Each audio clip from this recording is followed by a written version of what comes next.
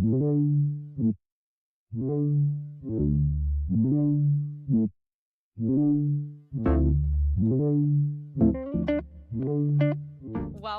to the We Got It podcast, a Michigan State sports podcast for everyone.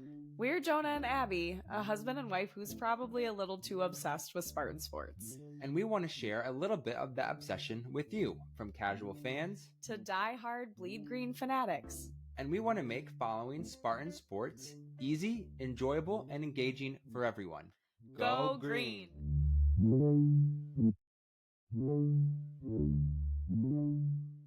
Well, thanks for tuning in, We Got It listeners. We're back with our kind of second installment of this mini podcast, but this time it is the NCAA March Madness edition. We just are past the round of 64 with a huge win from Michigan State.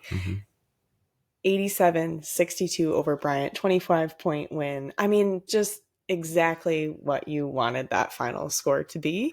Took a little while to get there, but it was the final score that we have come to see. And honestly, it was the kind of game that I feel like we've come to see from Michigan State, where the first half we're maybe, biting our nails a little more than we feel like we should. Right. But then that, second half, especially about 10 minutes in hits, you're like, you look up and you go, we're up 20? How did that happen? So we're here to kind of dive into all of it with you, break it down. As always, the We Got It podcast is an official podcast of Spartans Illustrated, especially through the tournament. You're going to be able to find our content there, but there is going to be so many incredible articles, game recaps, game previews. Like, this is quick turnaround. So if you're feeling like you're having a hard time keeping up, definitely head over to Spartans Illustrated. They'll keep you covered with everything that you need to know. But let's dive into it, Jonah. How are you feeling after that win? I just want to get your raw reaction.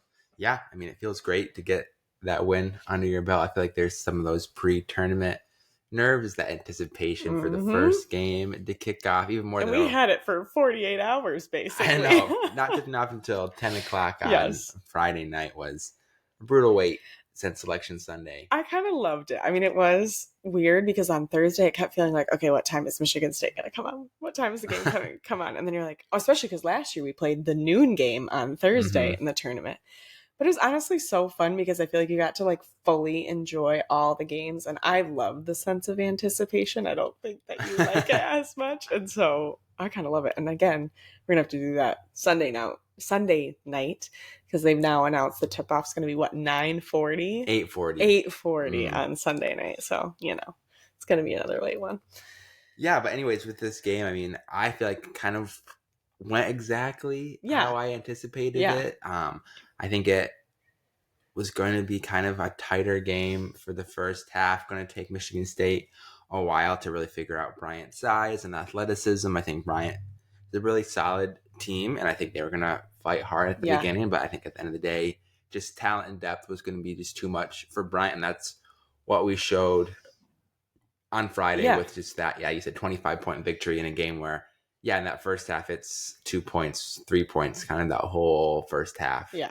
Well, and it's easy to sit here and be like, well, not how I thought it was going to be, but Jonah did write all of this in a wonderful preview Bryant article, and it's so true. Literally everything that you expected to happen happened. And Bryant really you could physically see the difference in them in the last 15 minutes compared to the first 25 minutes. I mean, Bryant came out hard, giving no quarter under the hoop, trying to, bust after rebounds just as much, if not more than Michigan State. I mean, I think they won the rebound battle on the first 4 or 5 shots.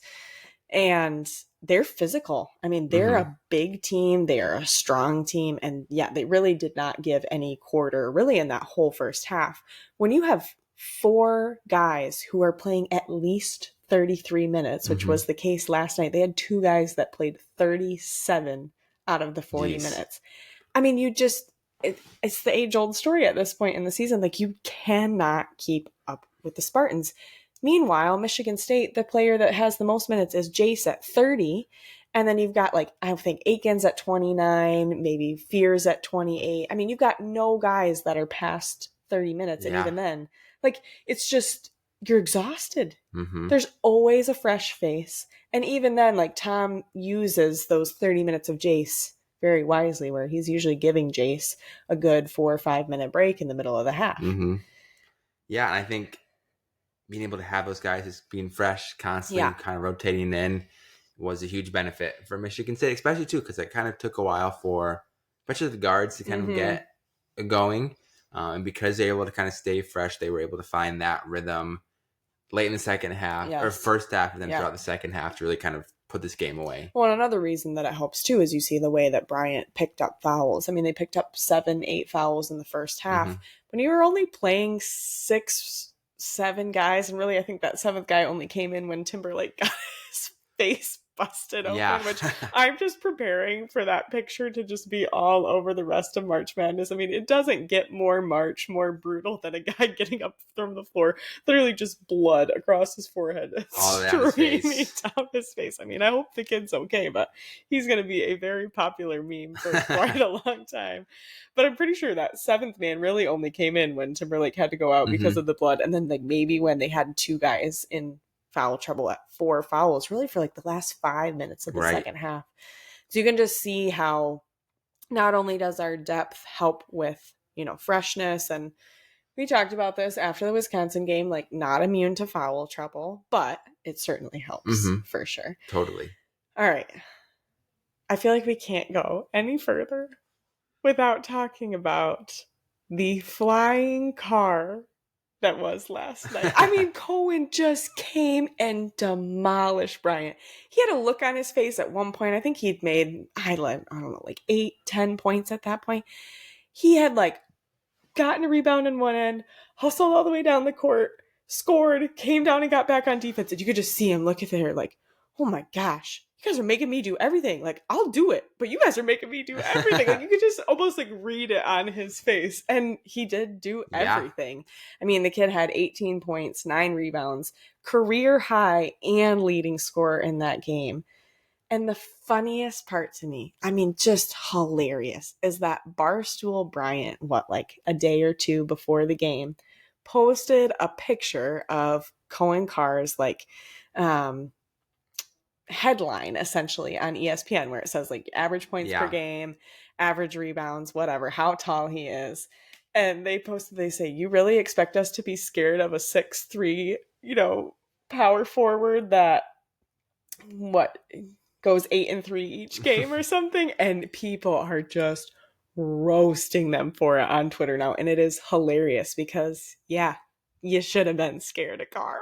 Yeah, I mean, especially, like we said, like the guards kind of took a while to get going, and Cohen Carr more than kept the team afloat during that stretch, just with rebounding, hustle, defense, getting to the hoop, making a pull-up jumper, and he had 15 points at halftime. I think he was 6 of 7 from the field, and was just dominating, and Bryant had no answers for him throughout the whole entire night. No, they really didn't. And quite frankly, I saw guys moving out of his way at points because you think about wanting to take the charge and you're in position. And then I can only imagine that you see Cohen Carr, he might only be 6'3", but he is loaded with muscle and has a vertical that could basically go over your head. And you're like, nope, I'm good. Like, I feel comfortable keeping my life tonight. Let's keep going with that.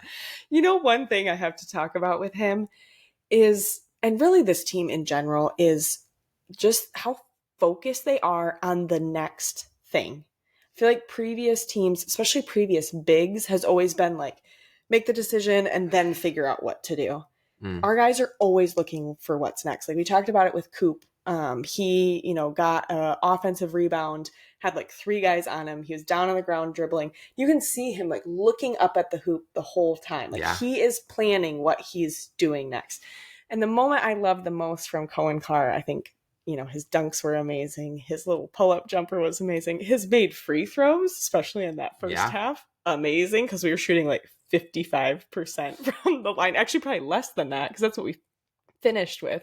And he hit both of his free throws. Was someone, on Bryant put up a shot. He's like getting back on defense, because I think it was kind of like a fast break point for Bryant. And then he sees that a teammate gets the offensive rebound, and he immediately, like his ability to change directions with that level of speed is wild. And he just takes back off down the court. And I mean, that's what leads to so many of the amazing, fast break alley-oops that he gets. But I just saw it in that isolated moment. I was like, this is what makes Cohen so good. He's always thinking about the next thing, and he never stops hustling. And I was just so cool to finally see, he's had big games before, but to really see like a breakout game, career high in the NCAA tournament. Like, I hope that he is just feeling so like proud and confident heading into the rest of this tournament. Yeah, I mean, because we're going to need that whole effort from the team, and we can have Cohen Carr playing like that. Like, I think it bodes really well for the Spartans pure moving animal forward. Yeah, just to be able to have that guy who's just a pure difference maker out there, who's going to jump higher than you, who's going to out rebound you, who's going to dunk over you and have those momentum changing plays. Yes, and just for that confidence for him going into Sunday's game against New Mexico, I think. Obviously having a guy like Jace Richardson with a really quiet 15 points, but like wasn't fazed by the moment or the pressure of being in the NCAA tournament. Just seemed like his normal self. Same with Holloman and some of these other guys. Like, I mean, with the first couple minutes, there was some jitters. Some shots were a little clanking off the back of the rim, which has not happened all season. We've been missing everything off the front of the rim, and you could just like see the jitters in them. I'm just like putting a little too much mustard on it. Like, let's reel it back in. But other than those first couple minutes, like it didn't seem like it was too much for any of them. They just feel comfortable out there and confident in themselves, and I think because of that, I think have a good shot of advancing to next weekend and hopefully beyond that. Yeah. I think too, the last few games, both in the Big Ten tournament and now this first, round of 64 is kind of teaching me or tempering me. And that, we've gotten so used to Jace being so explosive really since the Oregon game and just going off. But I think I'm having to realize like not to panic if he's not performing super well in the first like 10, 15 minutes of the game, because every team is seeing that Jace is the only player that we're playing 30 plus minutes a game. I mean, he really is. Right. And they're seeing that he's consistently our scoring leader. And so I think a lot of these teams are focusing so much of their energy on Jace, especially in the beginning of the game. But then, like we talked about, you wear him down eventually, enough people start hitting shots. I mean, Trey was 4 for 4 from 3 at one point, and ended up going 4 for 5 from 3 in the whole game. That spreads that defense so much. And I think that's when you're going to see Jace come alive more. And it's not necessarily that he hasn't had it the whole time, but it's a good reminder to me to be like, okay, it's okay if Jace hasn't, gotten 10 points in the first half or whatever. Do you think that that's something we should like continue to expect in the rest of the tournament? Or like, I think it's just going to be so interesting to see how different teams pivot to, the multi-headed beast that is Michigan State. I mean, I think most teams are going to put a lot of emphasis and focus on Jace. Like, I think it's pretty obvious at this point that he's the biggest threat for Michigan State, biggest danger. And I think we've seen that in the last several games where teams are really trying to prevent him from getting going early. So I would really expect that kind of the rest of the way. But because you have these other guys like Holloman and Akins and Fierce who can kind of carry that load and pick up the slack when Richardson's really getting denied, like it's not necessarily going to be just because you slow down Richardson doesn't mean you're going to be able to slow down everybody else. And like, I think Jason Richardson is really just inevitable. So you're not going to be able to shut him down for 40 minutes. So I think it is still like, maybe there's a little bit more direction. I know we talked about kind of early in the year, like how do you prepare for this team? I think a lot of teams like have a little bit more of like a direction. Like we have to prepare for Jace Richardson. But like it doesn't necessarily make it easier for the rest of the team because some of the other guys can still. I mean, we had 5 guys score in double figures. 45 bench points. I mean, it's got to be so hard to prepare for Michigan State. All right, I want to get into like your thoughts on the matchup coming up on Sunday against the Lobos. But before we move on, we just have to give a moment to that Jaden Akins fast break, cockback, one-hand slam. The man just floated. I mean, so I just have to give you a little picture. I know we've talked about this on the podcast, so you can see we have a different background behind us because we're down in Indianapolis, hanging out at my brother's house. I'm one of 5 kids. NCAA March Madness, the first weekend, is bigger than Christmas in my family. I mean, we all got down here and we were like, Merry Christmas to each other because we literally take off work Thursday, Friday, and sit and eat food and eat junk food and drink drinks and watch basketball for greater than 12 hours a day, Thursday, Friday, Saturday, Sunday. Yep. And you can bet that every single one of the adults in our family was awake watching that game last night and just having an absolute blast. And we have some good reactions. There's some fair amount of, hypeness that happens. But that Aikens dunk, I mean, we all just looked at each other like, how did he make that? Oh my gosh, I'm going to have that moment living rent free in my mind for quite a while. It was beautiful. Yeah, it was quite beautiful. All right, Jonah.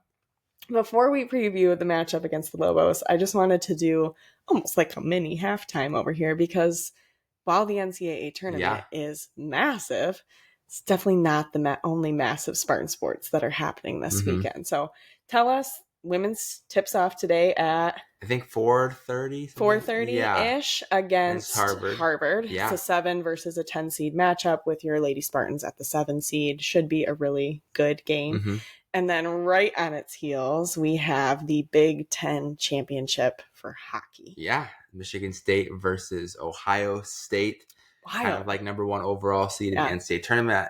Kind of at stake for Michigan State. Kind of back-to-back tournament titles as well. Yeah. So should be a fun evening in the mix with all the other Saturday March Madness games as well. So there's going to be nonstop action again today. And if you're like us, where you have 4 separate televisions set up during March Madness, it's nice today on Saturday. There's going to be a few less concurrent games.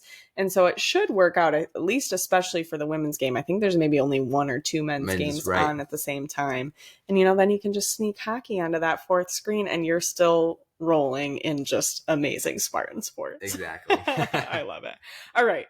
So New Mexico knocked off Marquette, a little bit harmful for my bracket. I was kind of going either way for that one, but it's okay. I had whoever was winning losing in the next round to Michigan State. So, and honestly, I think I almost feel a little bit more comfortable matching off against the Lobos because they are behind Richard Pitino, who was the previous coach at Minnesota.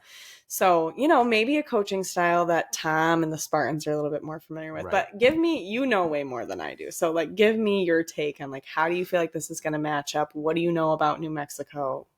What are your feelings about the game on Sunday? So, New Mexico out of the Mountain West, like you said, is coached by Richard Pitino, former Minnesota coach, obviously coach of Rick Pitino of St. John's. And they're a team that wants to play fast, kind of similar to Bryant in a lot of ways. They want to kind of push the ball up the court. Very fast, right? They have the 4th fastest tempo in the country. Yeah. Their offense isn't going to really, I think, move a lot of eyeballs. Yeah. That's a good way of putting it. I think they're like 86th in the country in offensive efficiency. Don't shoot a lot of threes. Yeah. So really trying to rely on some of those fast break points, kind of getting those early buckets in transition. Which I feel like for Michigan State, the way we play, the way we shut down on defense, a big threat is these teams that get hot and hit threes. Case in point from Wisconsin. So the fact that they're not a team, it's March, anything can happen. Yeah. But, historically that they're not a team that just lights up and starts draining threes makes me feel like they're a little less of that kind of off the wall threat for Michigan State. Right. I think that's a good point. And I think, because they're not going to be shooting a lot of threes, I think they're not going to be doing a whole lot of things offensively that Michigan State's going to necessarily struggle with. Yeah. They are led by Donovan Dent, who averages nearly 21 points a game. I think number 8 in the country. So he's a guy that really can take over. So if Michigan State is kind of able to slow him down, contain him, or kind of just limit their production to him, I think they should be in a pretty good spot to take care of business and move on to the Sweet 16. And one other thing about the Lobos is that they are similar to Bryant in that, at least according from the game from Marquette, I'm not super familiar with them, so just going off of their performance, they really only played 6 guys. Right. And, eventually I think they got 10 guys into the rotation, but 3 or 4 of them had between 1 and 6 minutes. So effectively you're only playing 6 guys. Right. And again, yes, maybe you have this top scorer in the country, but if you've got a fresh MSU face guarding you all game, I think we're going to make things pretty tough for them. Right, and I think it could be, again, like second half kind of comes up and Michigan State starts to kind of take over because New Mexico is played in a tighter game and has that less depth. So I think like Michigan State, all those guys are going to still be fresh, where New Mexico is probably going to get worn down earlier, which I think plays into Michigan State's hand pretty well. And maybe I shouldn't go here, but we went here on the drive home after the game last night was, what does this look like if Michigan State loses to Richard Pitino? Like we were talking about that, like you were joking that you're like, Izzo's done if that happens, but we were like, wow, that really would be a hard, demoralizing thing to walk back from. But, it's March Madness. It's the game. It's how it goes, All that said, it's not going to happen. I mean, like, the more that we're talking about this Lobos team after seeing them against Marquette, after seeing Michigan State against Bryant, go and take care of business, easily cover the spread. I mean, in every world, that should have been a 25-point victory, and the Spartans made it happen. Like, I just don't see a world in which we don't go and just bring the hammer down on New Mexico.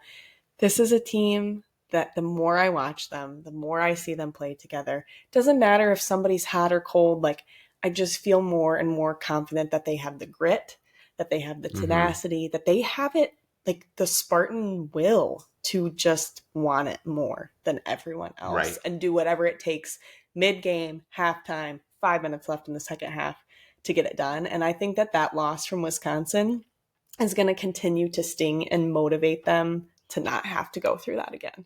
Yeah, I think just being able to have that. Maybe that's a hot take from me. I mean, I don't think it's a hot take, no. I mean, having that recent loss kind of in their memory to kind of we don't want to have this feeling again, so you want to take care of business. And yeah, I'm with you. I think they'll take care of business on Sunday. You all thought I was going to be like a weird downer there for a second. I want you to put that moment out of your minds and know that I'm fully confident in this Michigan State team.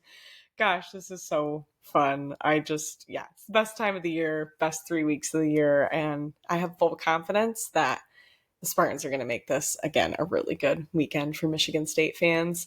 Be sure to tune in to the NCAA women's tournament. There have been some fun matchups already. Like we said, Michigan State Spartans are taking on Harvard today, Saturday, around 4:30. And then you also have the Big Ten championship for hockey, Michigan State versus Ohio State. And that's taking place at Munn Ice Arena. So, home court advantage, baby. Right. Let's go. As always, go green. Go white. Go state.